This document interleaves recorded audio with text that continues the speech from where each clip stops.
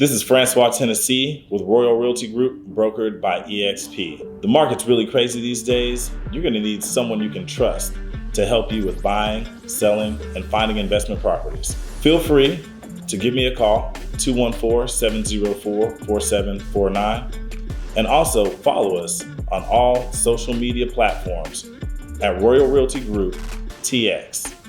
Now enjoy the show with Cuff and Mo. So where are you from? Gary, Indiana. Now, how does the guy from Gary, Indiana end up here? Well, I got out of the Marine Corps here. Okay. Back in 1989, I was stationed at the Dallas Naval Air Station here. And so I had some family here. And so when I got out into my enlistment, I decided to stay in Dallas and just make a home out of it. So you decided not to be like the next member of the Jackson family? I did not want to be like the next member of the Jackson family, but I was trying though, man. I was trying to sing a little something. Can you go? Yeah, I go a little bit. Okay. Gary, Indiana, the home of the Jacksons and Freddie Gibbs.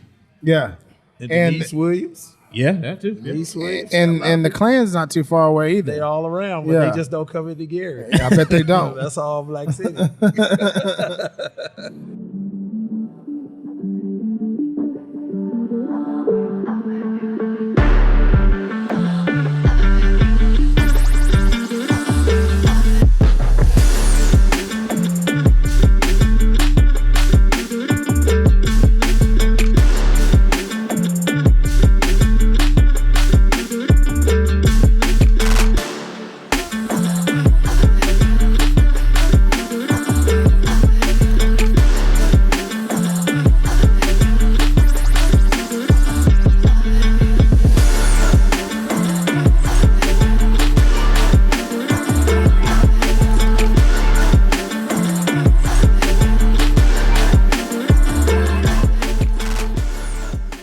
I mean, what was it like growing up back then in Indiana?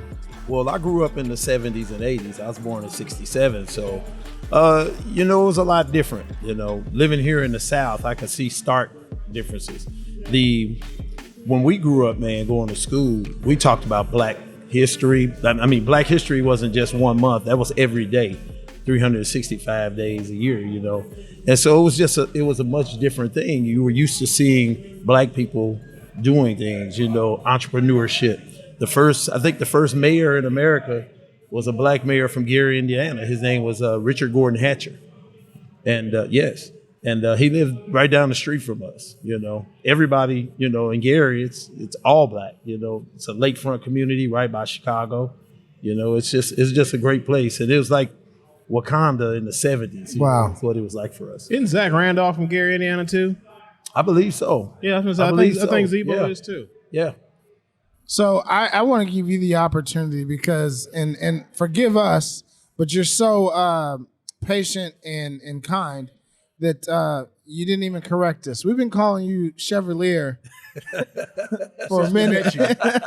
Since we met you. And I know everybody calls you that. Yes, that's So true. go ahead and tell people who you really are. So my first name is actually Yuel, middle name Chevalier, last name Neal. So that name came from my mom. My mom is a big patron of the arts. So she loves Broadway musicals. She loves plays. So Yuel came, of course, from Yuel Brenner. And then Maurice Chevalier was a famous Broadway singer and performer. And she named me after him. He performed most famously in a show called The Music Man, which was set in Gary, Indiana back in the 1800s. Wow. And so that's actually where the name Chevalier came from. And believe it or not, I couldn't spell it until I was probably in the 9th grade. So at what point did you give up on just correct people? Because I'm sure you've heard Chevalier for forever and ever and ever. All the time, man. I've heard Chevrolet, Chevalier. I've heard it all. But,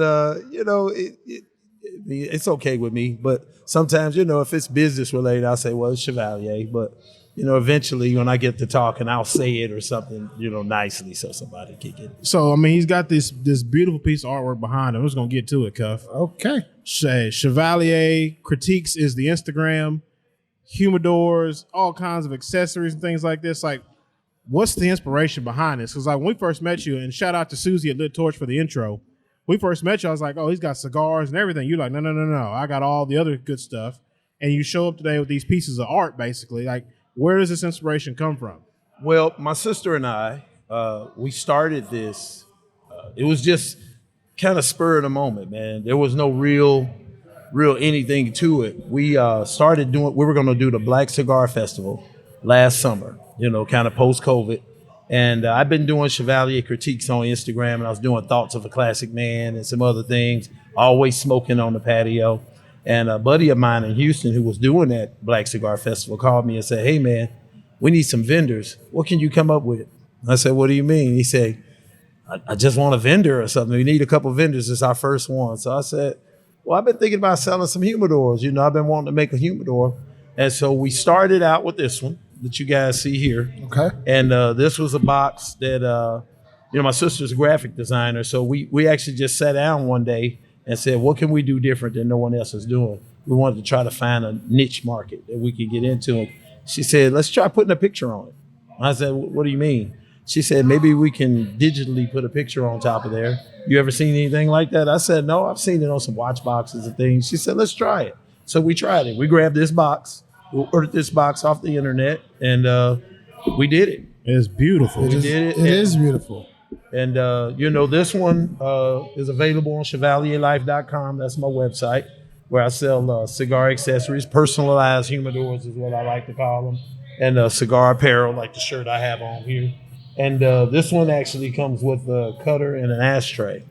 And but these are my personal boxes, a couple of my personal boxes. So is your face on all of these, or is it whoever purchases it can have it can be personalized, but it's going to have Chevalier as the brand? It'll have Chevalier as the brand, but they can put whatever they want on it. Okay. So it's completely custom. Right. When they order, if they place an order on the website on chevalierlife.com, what we'll do is we'll help them to send the pictures over. They have to be high resolution pictures, usually an iPhone 11, 10. Those pictures work. This was shot on iPhone 11 at Cigar International. You hear that, Cuff? Get an iPhone. Get you an iPhone. Yeah. If you're one of those Android guys, come on. I don't know. He's holding on for dear life. I'm gonna tell y'all like this. I am not a sheep. I can cut against the grain, and I'm okay with that. I'm okay with that. Well, shout out to all my Android lovers out there. Well, we got something for Android too, but they just don't come out quite as clear. It don't come out quite as clear, but we'll make it work though. Yeah, We'll make it work. Okay. It's all about customer service at chevalierlife.com. But we'll do a couple mock-ups. My sister Tanya will call up the customer, kind of talk to them, get a feel for what they want, get them to send some images, and then she'll take 2 or 3 days, put together a couple mock-ups and send it back to the customer. They decide, and then we make the. So once they decide on whichever mock-up they're going to go with, what's the turnaround time? Usually, depending on what they want and how they want it, I usually ask for 3 weeks. Usually, knock it out in about 2. Okay. It just depends on what we're doing. With this particular box, like I said, this one was shot. I had a picture and I wanted to have something as an example for the customer.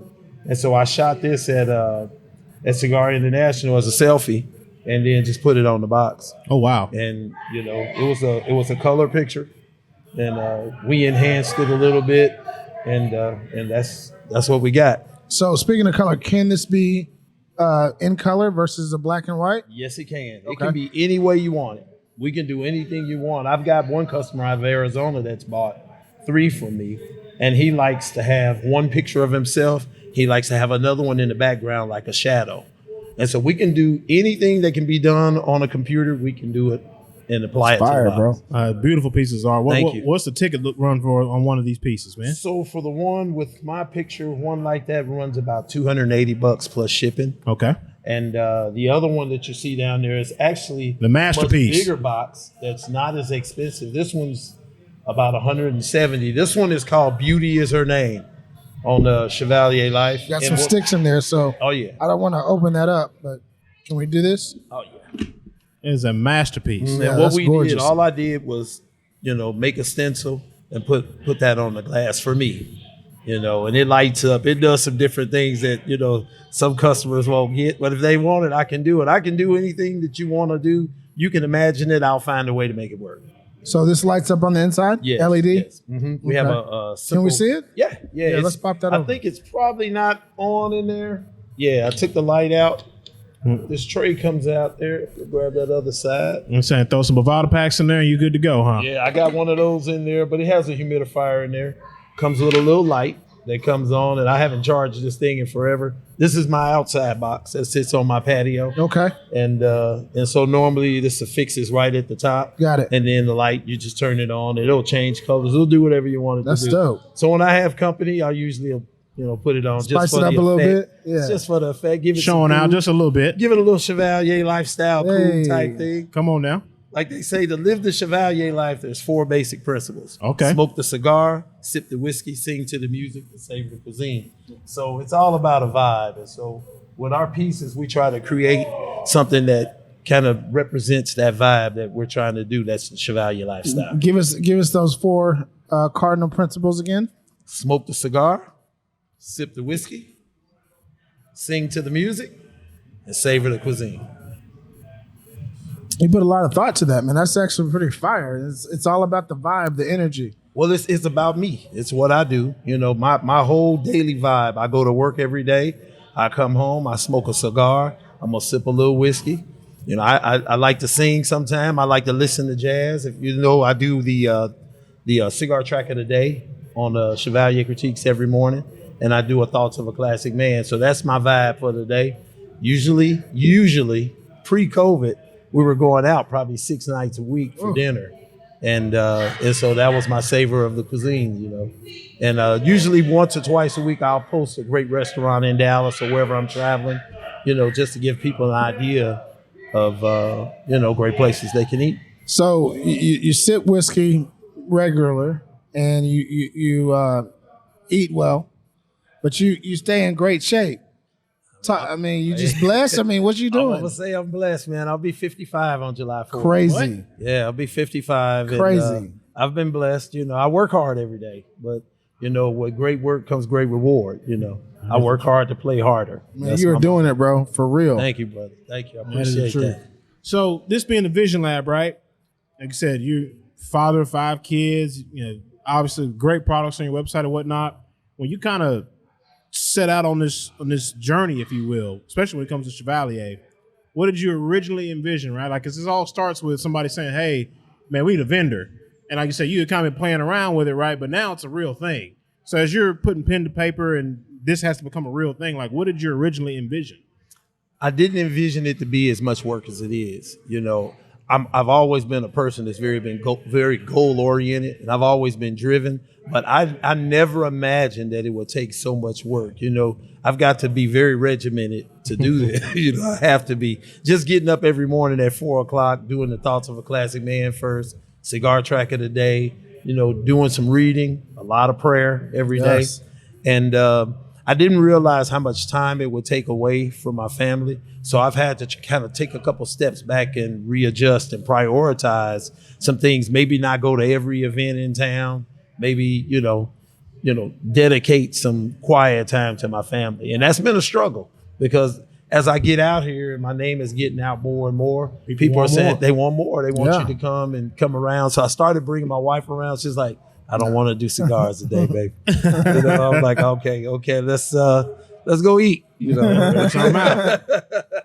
So it's the biggest thing is just prioritizing. That's probably my biggest challenge right now is, getting used to just not trying to do it all. I'm a perfectionist too, as it relates to what I do. Even in my job at General Motors, I'm a perfectionist. And so I try to, put forth the best effort to get the best result in everything I do. And I teach my kids that. And I'm glad you mentioned that because that's exactly where I wanted to go. You got 5 kids, blended family, right? And I don't know the age ranges of the kids, but all of them need lessons, right? So what are some of the lessons that you're trying to teach them as you get up every morning at 4 a.m. to do what you do? Well, one of the biggest lessons that I preach 100% is never too late to chase a dream. Say that again. It's never too late to chase a dream. And, I started this at 53, just right at my 54th birthday. I've always had a great job. I've always been in management. I've always done really well for myself. But it's one thing to work for somebody else. It's another thing to work for yourself. Amen. And so for them, all I want them to do is see an example, like I saw examples growing up, of a black man that's not out here hustling. I'm out here working, to get what I want, and I'll do what I got to do and make the sacrifices I need to make in order to do it the right way. And so I've got 4 sons, and then I got a 12-year-old daughter. So it's important for me to set an example for them to not get caught in the pitfalls that a lot of young men, no matter what color they are, get caught up in, whether it's, early pregnancies and, whatever it is, man, the mistakes that they make. I just try to show them, hey, I'm working hard every day, so you guys have a choice on what you want to do a little bit later. Hey, when I figure, what you're really saying is I'm twice as old as y'all. If I can get out here and do it, you ain't got no excuse. You can get out here and do it. That's exactly what it is, man. And I want to leave a legacy. This is my legacy right here. Now, whatever they do with it later, I can rest well knowing that I provided a great life for them, and they're going to make the choices they want to make. But for me, it gives me peace to know that I laid out a foundation for them moving forward. And that's what it's all about for me. I'm not switching gears, but I want to go a layer deeper. Okay. First of all, I could sit and smoke and chill with you all day. And this is our first time, interacting. But I like the energy and the vibe that you're giving off, right? Going a layer deeper, and we're talking about your kids, being a father of 5, right? The lessons that you're imparting upon them. Why is it so important to you to leave that legacy behind? Well, fortunately for me at my age, both of my parents are still alive. They weren't together. They split up and they divorced in 1975. But they always had maintained a great relationship for my sister and I. When I settled here, my sister eventually came to Dallas. My mom moved here. Now my dad lives here a couple blocks from here with his wife. And I wanted to, because I do have a blended family. First, my main thing was to create something that not only displays my passion, but also for them, because I deal with their dad a lot, my stepsons and my sons, but I deal with him a lot. And so there's times when I'm talking to him about some of my ideas, I like to let them see that. I like to let them see that as men, we can be on the same page, because our ultimate goal is to make sure we raise great kids. And so everything I do, man, is just geared towards that. I don't get caught up in all the superficial, excuse my French, bullshit. Oh, no, that let me a stop lot of you. men You can say get what you into. want to say. Okay. Yeah. Speak freely. Yeah. I don't get caught up in all of that petty bullshit that men get into, man. We're here trying to raise kids. This is what we want to do. We want to create something that, these kids can look back on and say, my stepdad this, my dad did this, my mom did this. That's what it's real simple for me. When I was growing up, my dad worked, man, and he was transferred to Philadelphia at a crucial time for me when I was like 13 years old. And, my mom was a single parent. My dad was a great dad, even though he wasn't in the home, because they maintained a great relationship. I can't say that I came from a broken home per se, but I know that I went through a lot of things that I don't want them to go through. Like, my sons don't live with me, but they don't feel like the other sons get more attention than them. The only thing they see is that, well, sometimes dad drives to Frisco and picks us up and brings us. If we're going somewhere, we're all doing it. I go to great lengths, man, to create a oneness in my family. I go to great lengths to do that. And I'm not perfect, but my dad didn't really do those things. So, not because he didn't have a dad in the home, So I wanted to just do something a little bit different, man. And it comes at great sacrifice at times. Like I told you guys, I sleep about 3-4 hours a night because I'm doing stuff like that. When I get done, sometimes I just go in the room, and if they're playing video games, I just start playing.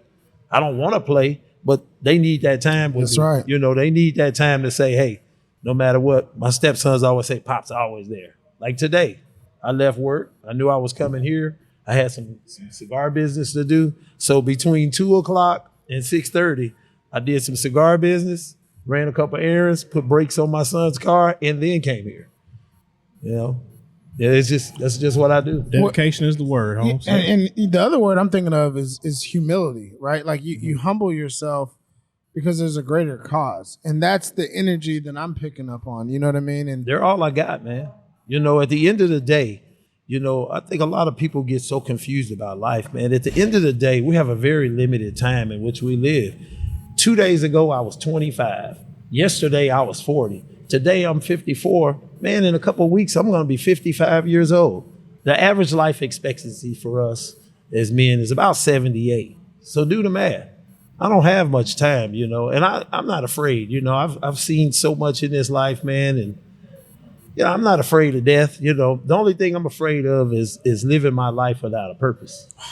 Wow. I'm afraid of that, man. I'm afraid of me and my wife when we talk about, all the time that I put towards this and the different things that I'm doing. 'Cause I'm always doing stuff for people. I tell her I gotta have some purpose. I can't just go to work every day and punch a clock and then come home and sit on the patio. Sometimes I gotta feel like I'm doing something that's helping somebody else. That's what fuels me inside, man.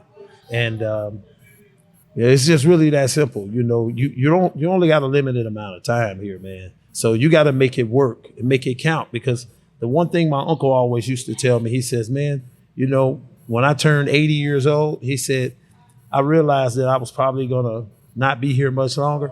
And he said, a couple months later, after all of the pomp and circumstances and the tears and the funeral, that's it. That's it. When you think about it, that's it, man. Nobody, every now and then they come out and see your headstone, but that's it. Yeah, sun rises the next day. Yeah, and you got to be all right with that. And I'm all right with choice. I'm all right with it. I don't get that tightness in my stomach and feeling like, oh God, I'm gonna do the best I can do while I'm here. I'm gonna leave a legacy for these kids. I'm gonna enjoy myself, live my life unapologetically. And then and when it's time for me to go, I'm gonna check out of here and be okay. That's fire, bro. Yeah. When you just brought it up, and I was gonna ask you, but when you say or when you hear the word legacy, what's the first thing that pops in your head? Kids. Kids. It's that selfless mentality. Yes, absolutely. It is. That humility to be selfless, and that the opposite of love is not hate. What is it? Selfishness. Mm-hmm. Really? Absolutely. Yeah. And you're living a selfless lifestyle. I'm trying. I'm vibing with that, bro. I'm trying, man. I tell you what, it's difficult. You be out here on the cigar scene. It's difficult sometimes. Do we need to edit that out? Nope. Ain't nothing I ain't ever said at home. You know, it's difficult sometimes, but I got an amazing wife, man. Yeah. My wife is a cool lady. She's a smart lady. When we got together, man, we both were rebuilding ourselves. Sure. I worked. She went back to college, man, got her bachelor's, then her master's. Now she's on the executive level with Baylor Hospital, and she's doing really well for herself. And, we just want to raise our kids, man, and give them the best life. Give them the best life, man, and have some fun in the process. That's it. Shout out to wifey. This is your sage advice you're always talking about. Yeah. This is real sage advice. Before we, hop to the next part of this interview, allow us to say thank you to the good folks here at Blowing Smoke. Check this commercial out for people here at Blowing Smoke, 1604 North I-35 in Lancaster. Adam, cue the spot. Hey everyone, Edwina Brown here, owner-operator of Blowing Smoke Cigar Lounge. We're located at 1604 North Interstate 35E in Lancaster, Texas. We would love for you to come see us. We stand on the 3 C's, which are cigars, our community, and our culture. Cigars, we have over 300 SKUs in our humidor, and it's still growing. Come check it out, a massive humidor. We also love our culture here, which we're about customer service, as well as community, which is why we're excited to partner with the TheVisionLab podcast. So come check us out. All right, big shout out to EB and Blowing Smoke, Jacoby, everybody here. We absolutely love you guys. If you, like Mo said, if you're in the southern part of the Metroplex, make sure you come holler at them.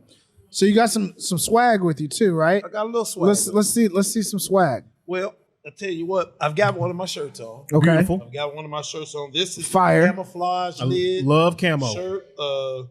Some people think it's me. It could It is be. you, right? I guess it could be. You the inspiration behind it. Is it or is it not? Yeah. Okay. I'm Okay. telling you It right is now, me. Cuff already knows I want a hoodie, so we can talk about that off camera. But I need a hoodie. Well, see, I got you. Your beard is thick enough to get to yeah, do I mean, that. he and I understand But you each don't other. wear no, Yeah. you don't wear no hats. Yeah. Well, hey, listen, Hey, God you didn't got bless me like that. I'm blessed in other ways. Watch out. And I brought some other stuff I've got in the bag off camera. I bought some shirts and some different things like that. But all of my shirts, I have apparel for men and women. I have some great T-shirts, lots of designs. Man, I couldn't put them all up here. We got quite a bit on ChevalierLife.com. So I encourage everybody to visit the website. And while I have an opportunity, I want to say thank you to everyone that's been supporting me. I've only been out here since July. Yeah. The website's Not even only a been year. on- not even a year. The website's only been going since December. And so many of you guys have taken the time to support me here locally in Dallas and beyond. Thank you so much. I appreciate you guys. Thank you so much. Gratitude, right? Like we always talk about it. Yes, sir. And you and I got things that we're working on, and listening to him stop everything and say thank you. And I'm sure you'll agree with this. Like sometimes even myself, and I'm 100 miles an hour as soon as I wake up. Even I have moments where you have to take a step back and say, just thank you for the progress you've made on whatever it is you're trying to get accomplished, right? Like I've got this thing, like whether I take 1 step forward or 10 steps forward a day, every now and then we get so caught up in it, you don't take a step back to realize, like, man, I've made a heck of a lot of progress. And you have to say thank you for just getting to that particular point where you are. Exactly. And the fact that you've only been out here for 6-7 months as far as the website is concerned, and you're still conscious of that fact is a beautiful thing to hear. 4 sons and a daughter. The concept of gratitude, because clearly you sacrifice, which any reasonable parent has no problem doing, right? Mm-hmm. But what do you teach them? What do you impart on them when it comes to the term sacrifice and what that really entails? The biggest thing I really push with them is to appreciate everything that's done. I don't necessarily talk to them about my sacrifices because that's my job. They're not supposed to know that. Yeah, they're not supposed to know what I go through, and they do, but they're not supposed to know it, man. I don't care that they do or that they don't, but what I want them to do is appreciate not only what I do for them, but what their teachers do for them, the people, their coaches. I want them to be appreciative and be mostly appreciative of people's time. Because I figure if they can be appreciative of people's time, if they understand that concept, everything else is going to fall into place. That's right. Now, I'm a Marine. I'm a Marine through and through. When you get out, you're still a Marine. That's right. And so there's some things that I impart upon them that some parents might not agree with. I don't have to spank anybody because we started early, so we don't have to deal with a lot of the bullshit that some people have to deal with because they already You got know. them doing chairs up against the wall? No, but I tell you what. So on one of the older ones, the push-ups, Okay. that was a big thing, Hey, I'm not gonna beat your ass. Just get to going. Yeah. I sit in the chair and be like, I'll let you know when you're done. keep going. You're done when I'm tired. Pace yourself. But I got athletes. Yeah. I got athletes, man. So that didn't last long. But figure things something like else out. yeah, and a lot of it is just because of the level of communication that we have with them. I could just look at you and say, I'm real disappointed in that decision that you made. And usually that's enough right there to make the whole house quiet. Listen, that word for me is so big. If I'm okay with failing and messing up, being scolded and corrected, and obviously I'm talking about when I'm younger, right? But if you told me you were disappointed, that one hurt.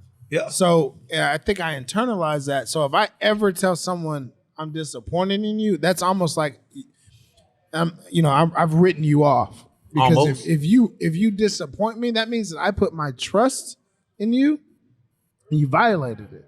Like it's a special bond, you know what I mean? That I'm giving you, and I'll let you make mistakes and because that happens, right? But don't disappoint. Don't give any effort and don't just quit.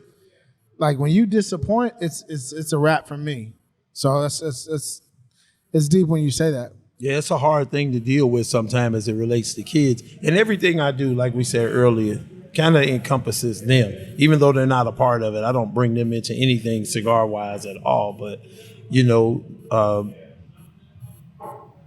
I like to, like I said, it's all about an example, and I always feel like if I'm setting the right example, because they're smart kids, they get it. So I don't have to talk down to them or anything. They get it.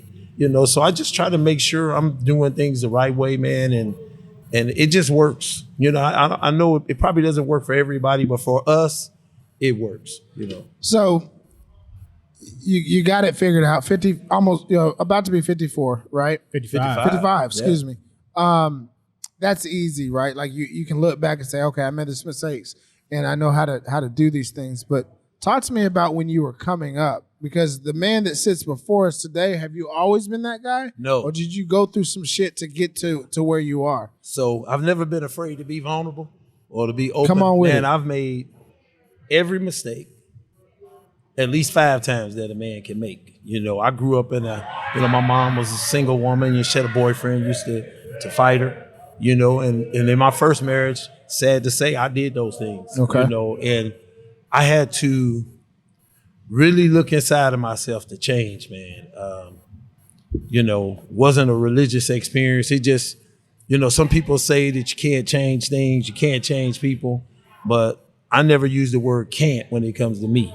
You know, if it's something that I want to do, I'm gonna do it. You know, and so I you know, quietly put myself in some counseling for some years. That was probably the biggest mistake I ever made. It wasn't about how I got there for me, or it was the fact that I did the shit.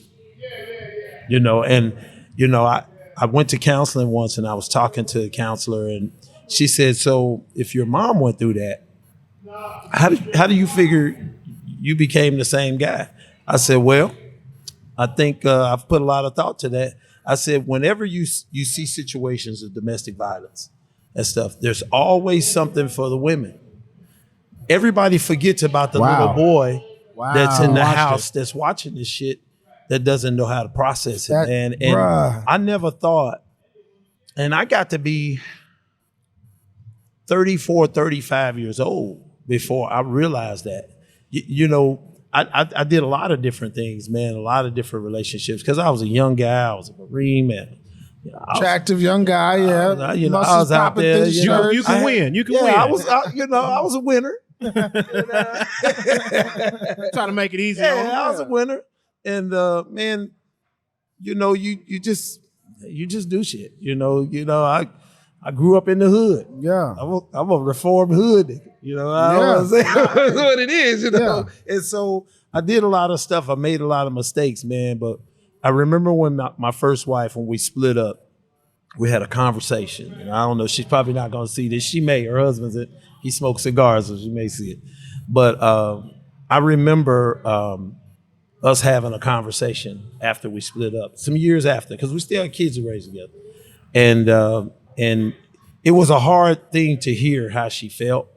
It was a hard thing to hear it. And that was the beginning of some of the changes that I started trying to make for myself. But the thing was, I didn't know where to go. So I remember being in Plano.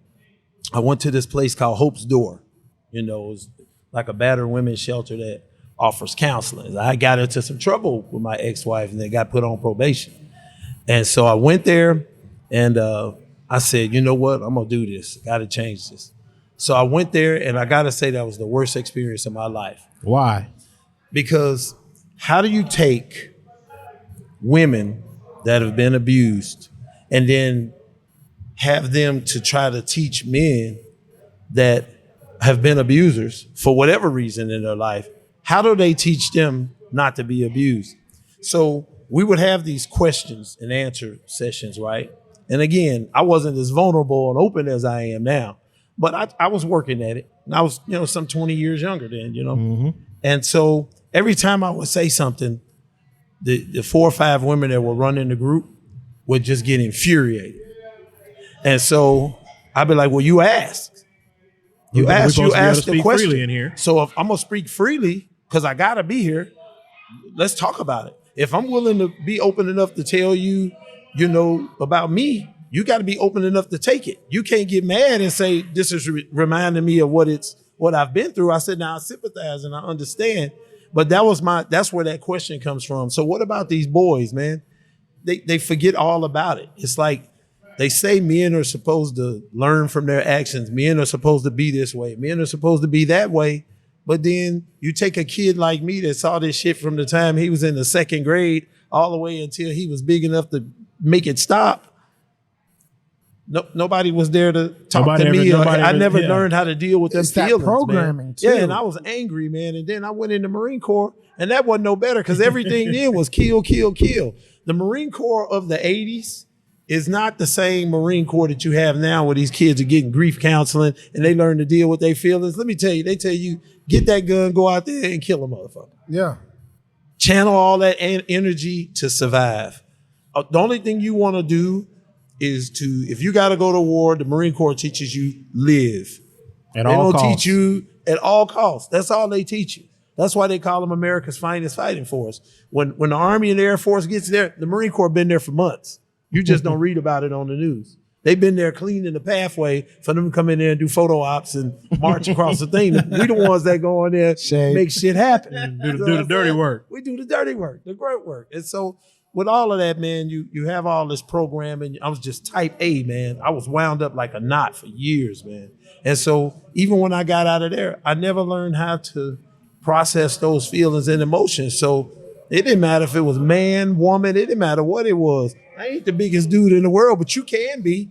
But if you came to me, this is about to get ugly. What was obviously you like there's a ton of growth and just wisdom and all of what we just heard, right? Mm-hmm. And the thing is, like, we're just meeting you in person for the first time. Like, we had a couple of phone conversations and all this stuff, but what was your man in the mirror moment? Like, when did you say, okay, you got to do something? You got to somewhere along the line you had a fork in the road. It was like, okay, either I'm gonna continue down this road or I'm gonna sit down and I'm gonna figure out a way to start making a change. Man, it was so when I met my second wife, we dated for some years. And I remember we got in this big argument, man. And I pushed her and didn't even realize that I did. And like I pushed her and she fell. She hit the ground. And man, I was so angry. I didn't even and it wasn't anything to be that angry over. So I knew, man, that I had an issue. And I remember she didn't talk to me for about a week. And she called me up and she said, hey, I love you. But you got to deal with that. She said, I don't know where you went.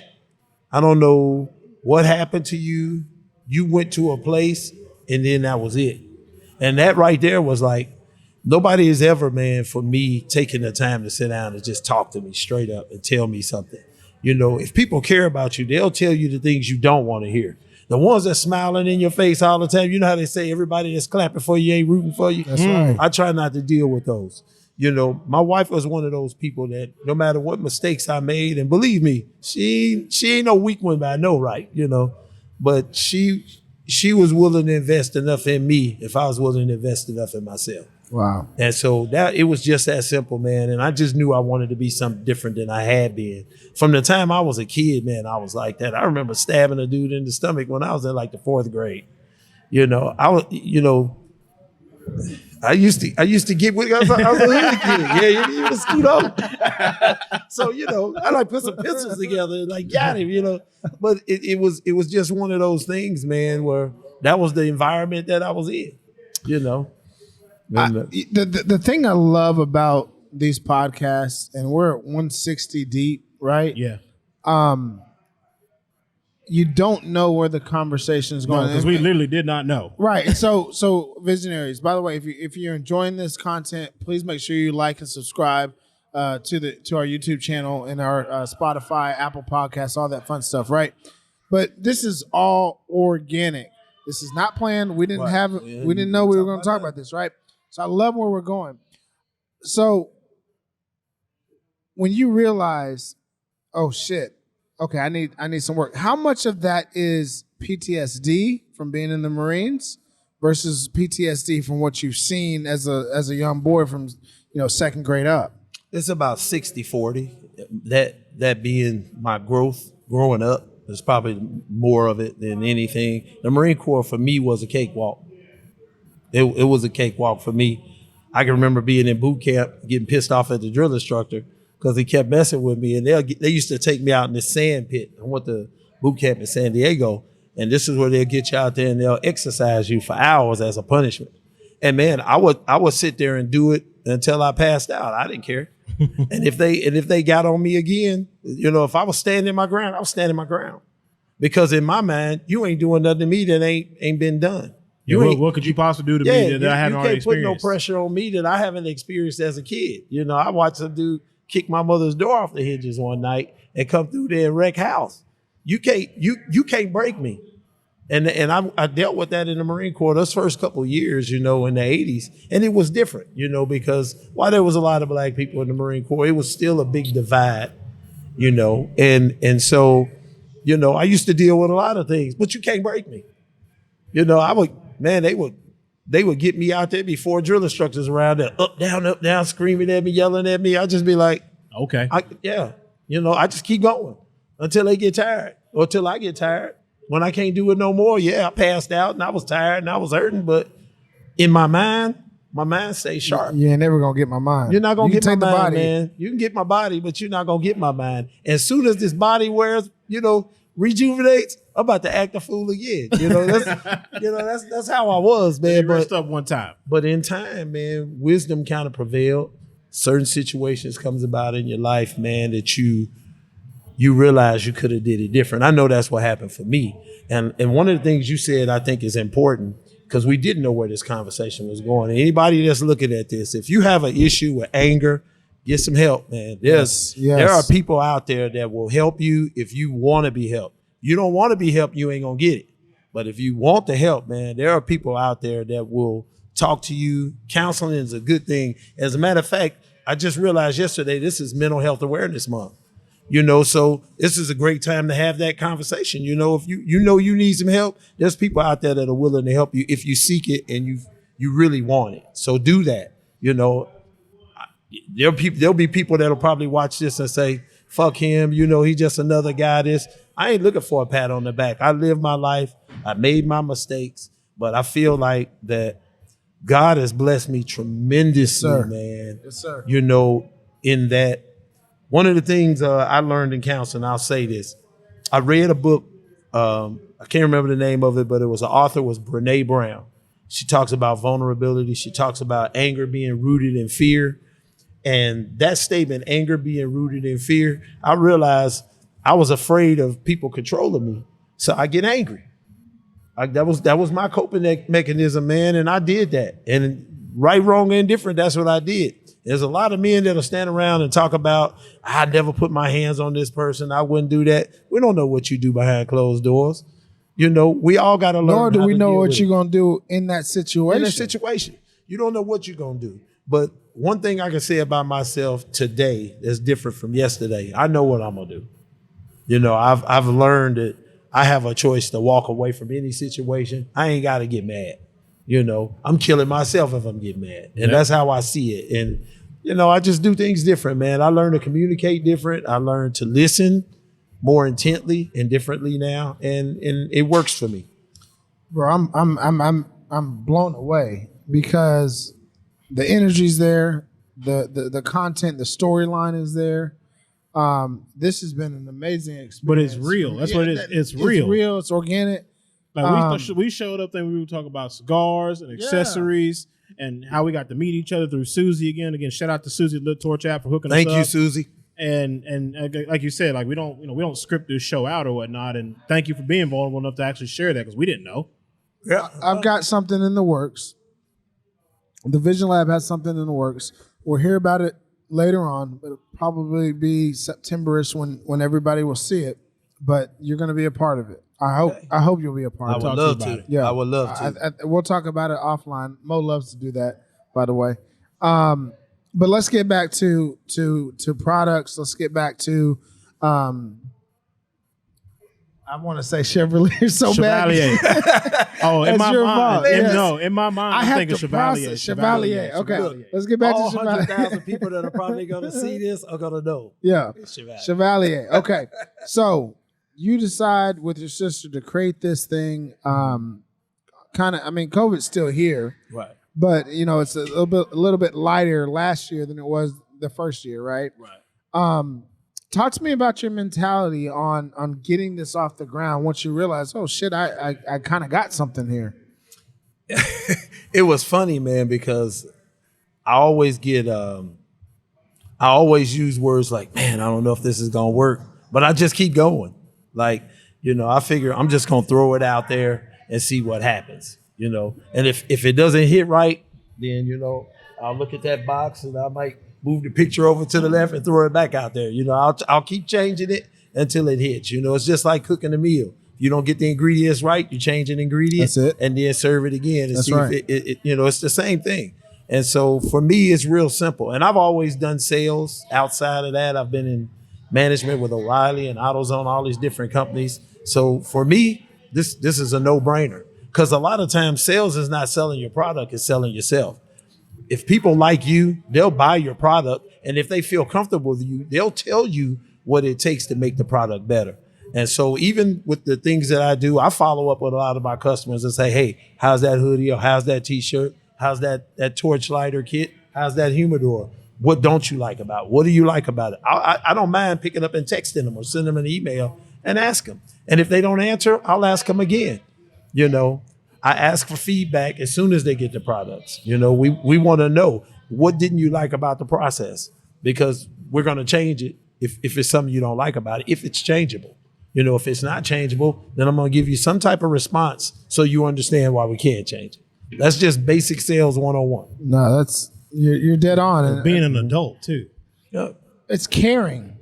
It's I care about my customers. Man. Yeah, but it goes back to what I said. You know, we talked about your kids, and by the way, shout out to you, because your wife had 3 or 2. She had 2. I had 3. Okay, so but you take them on and you call them your kids. Right. Shout out to you for And that. I co-parent with their dad. Hey, he's an amazing big father. fucking shout out to you for that. Their dad's an amazing father. You know, Yeah. I always say, y'all just couldn't get along. You know, Yeah. when I talk to them, I'm like, y'all couldn't get along. It got shit to do with me. Yeah. You know, it got nothing to do with me. But you know? big ups to you for that, Oh, man. thank you, bro. But it's like that humility and that humbleness and the selflessness, you know, that I'm just constantly, the energy is there, and I'm constantly picking up on that, man.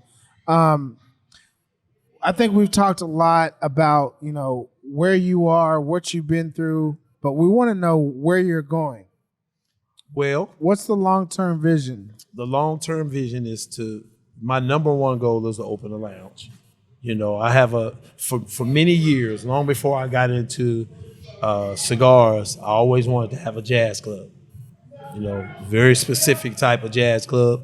I'm really into multicultural type venues where everyone can come and get something from it. That's how I feel about the cigar lifestyle as well. You know, in the future, I'd like to have my own festival.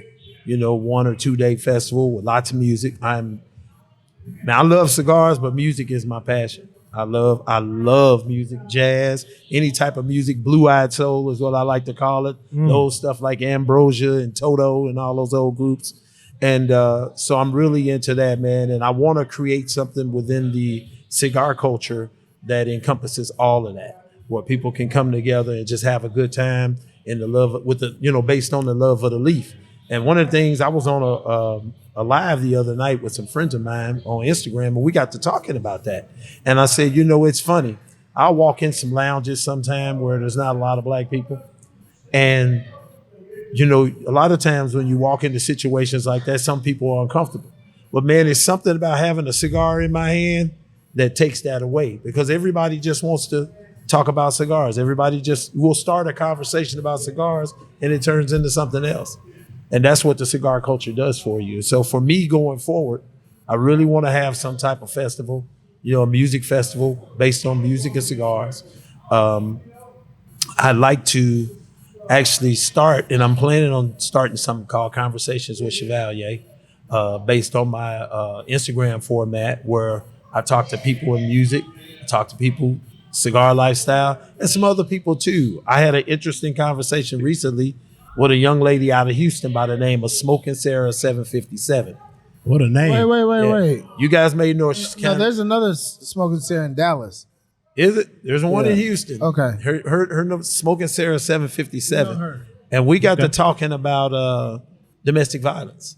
And, you know, October being, you know, Domestic Violence Awareness Month, and why she wore purple all the time. I never knew why. And she told me her story, and I was like, man, that's deep. That's deep. So eventually, whatever I'm doing, the Conversations with Chevalier, the festivals, I want that to all go back into domestic violence awareness with a key focus on young men. There's plenty of groups out here to help women.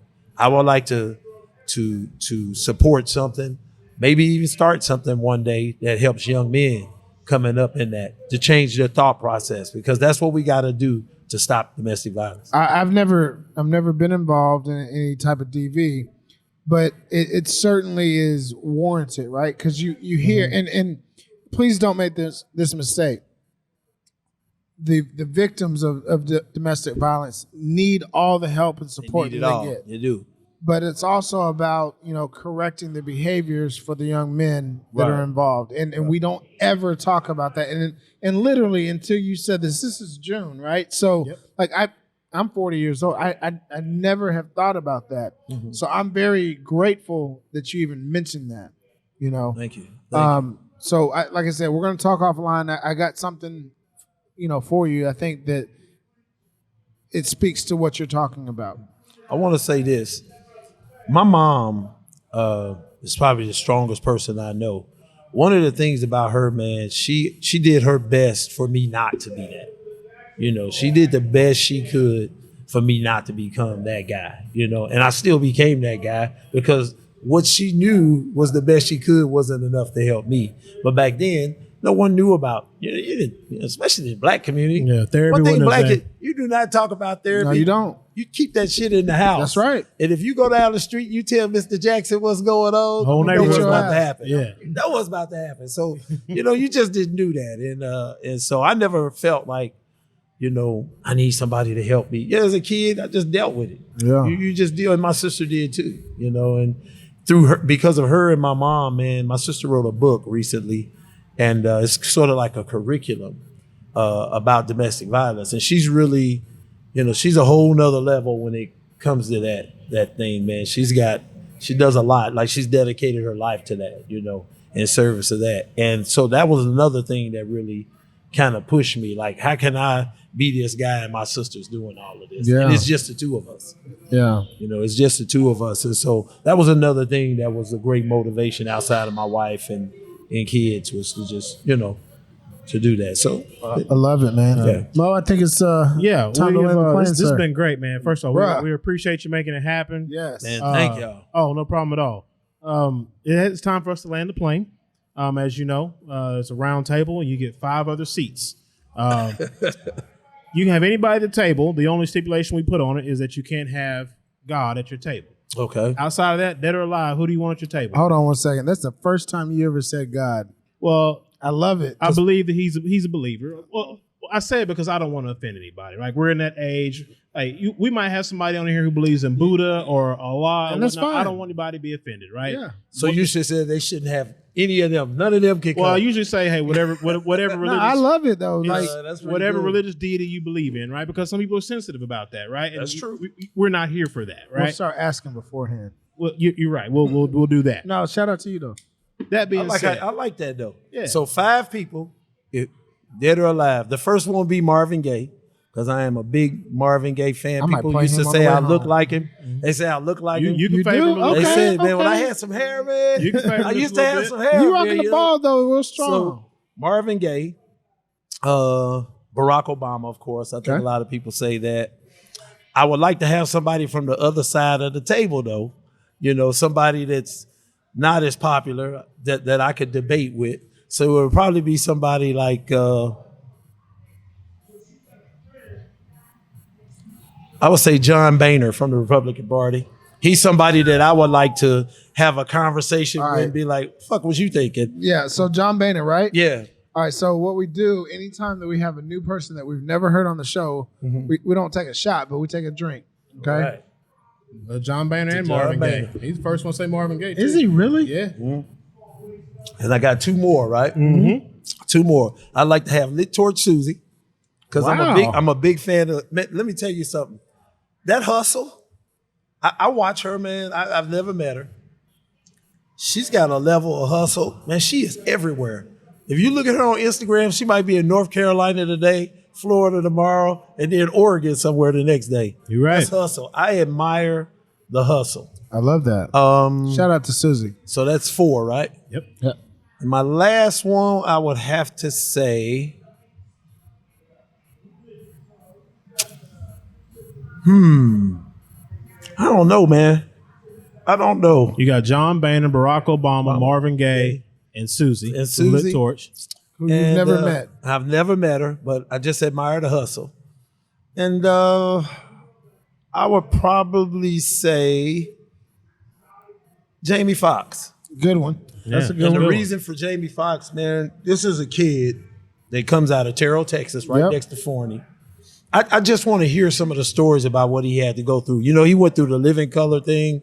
He did that when that debacle happened and the networks took it from them. He had to go back and kind of reinvent himself. Yeah. Jim Carrey came on the scene, knocked him and Wanda out the box. You know, I'd like to hear his story of overcoming and how he did that. So, because he's gone to he's on that Oscar level. Yeah. So he would be one of the people that I want to talk to. And all of those people for me are overcomers in some way. John, except for John Boehner, I'd just like to know, what are your thoughts as you look at my community and why do you feel the way you feel? And then I would ask him, lastly, you were so down to put all these people in jail and now you go to work for one of the largest marijuana companies in the world on the board. So those are the types of things I want to talk to him about. It's all about Donato. Yeah. So I would like to talk to him and get that feedback from him. Jamie Foxx. Pretty good table. I would say when I was in my 20s, late teens, early 20s, I don't like the word idol, but I respect what he does because he constantly reinvents himself. Right. Or if you could say, he's not reinventing himself, he's actually just showing you his talents, right? I thought for the longest time he was one of the most talented individuals in Hollywood. It's not even a question. But I thought he was underrated. I don't think. The guy does comedy. He can do sketch comedy. He can do stand up comedy. Right. I would never get into a roasting battle with him. Oh no, ever. He's an former athlete, singer, songwriter, musician. A great musician. Yep. Fantastic musician. And an actor. An actor.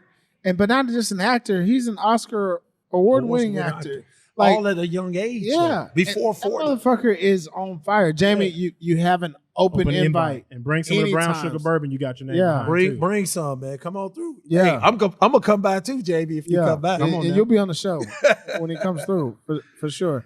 So this has been amazing. I want to give you the opportunity one more time to drop your social media handles.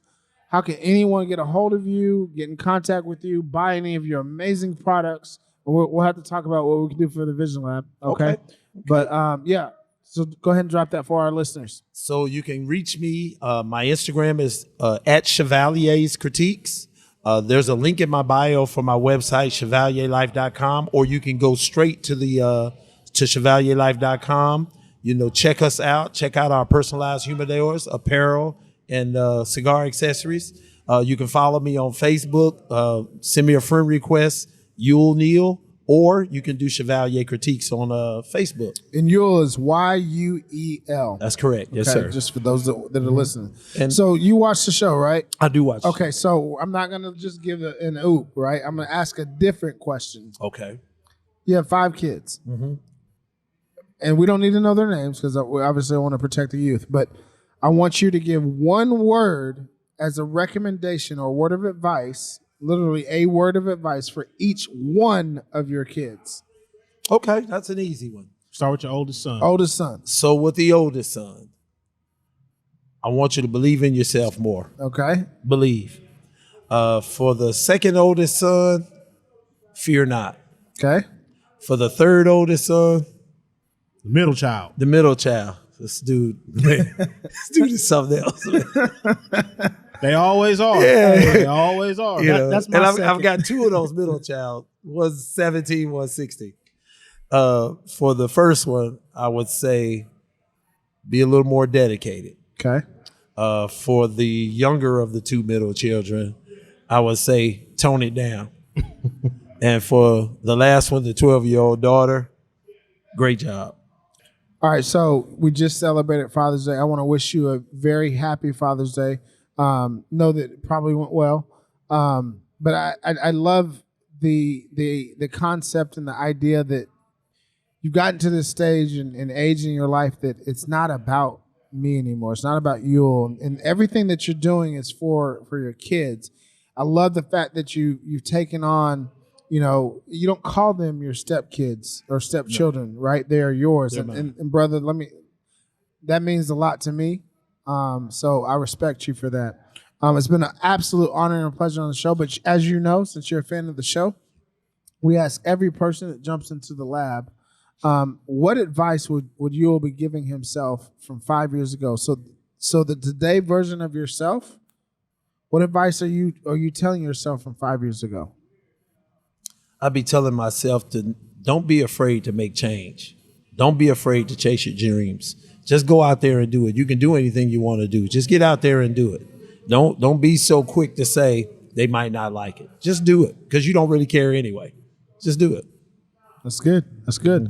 All right, we're gonna fast forward the clock. You're knocking on the door of 60 at this point. Still looking good. Still in shape. I already know this as a former Marine. What advice is that older version of yourself? What advice is he giving you today? The older Yuel would probably look back. He'd probably say to me, man, chill out sometimes. You don't have to try to be everything to everybody. Just relax. You'll get here. I love it. You're going to get here. Just chill out. Well, Yuel, listen, brother, it's been absolutely amazing having you on the show. Visionaries, lots of bars, lots of gems that have been dropped in this one. Big shout out to Yuel for jumping into the lab. Remember, each one of our guests are dropping nuggets of wisdom here on the Trail of Life. Ultimately, my friends, it's up to you to pick them up. Ladies and gentlemen, my name is Ryan Mosley. He is Ryan Cuffey. Thank you again to our guest, the owner, creator, all the above of Chevalier Life, Mr. Yuel Neal. Yuel, we appreciate your time. And Visionaries, we'll see you guys next week on another great episode of the VisionLab Podcast. Thank you guys for having me. Absolutely. Thank you. All right. Blessings.